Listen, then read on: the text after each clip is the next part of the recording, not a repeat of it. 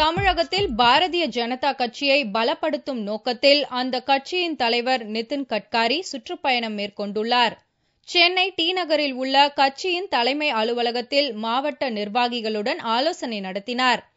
அதன்பின் நிருபர்களை சந்தித்த கட்காரி, நாட்டில் விலைவாசி விண்ணை முட்டும் அளவுக்கு உயர்ந்திருப்பதாகவும், வேலையில்லா திண்டாட்டம், விவசாயிகள் தற்கொலை, தண்ணீர் பற்றாக்குறை ஆகியவை நிலவுவதாகவும், இதற்கு மத்திய அரசின் வலிமையில்லாத பொருளாதார கொள்கைதான் காரணம் என்றும் புகார் கூறினார்.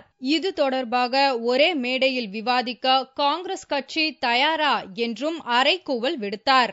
Whatever this hunger, farmer suicides, unemployment, price rise, inflation, these are all issues because of wrong economic policies and bad governance of the Congress party. And BJP has decided to start agitation against this government. We are started a signature campaign and giving 10 crore signature of the Indian people to the President of India.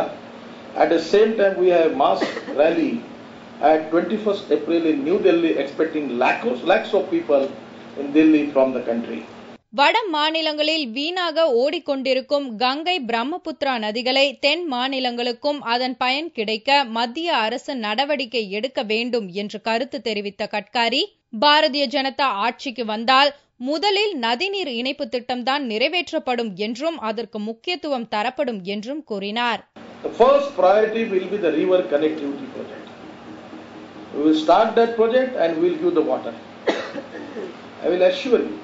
Maoist தொடர்பான கேள்வி ஒன்றுக்கு பதிலளித்த நிதின் கட்காரி, இந்த விவகாரத்தில் உள்துறை அமைச்சர் மற்றும் மத்திய அரசு எடுக்கும் நடவடிக்கைக்கு பாரதிய ஜனதா கட்சி ஆதரவு அளிப்பதாகவும் தெரிவித்தார்.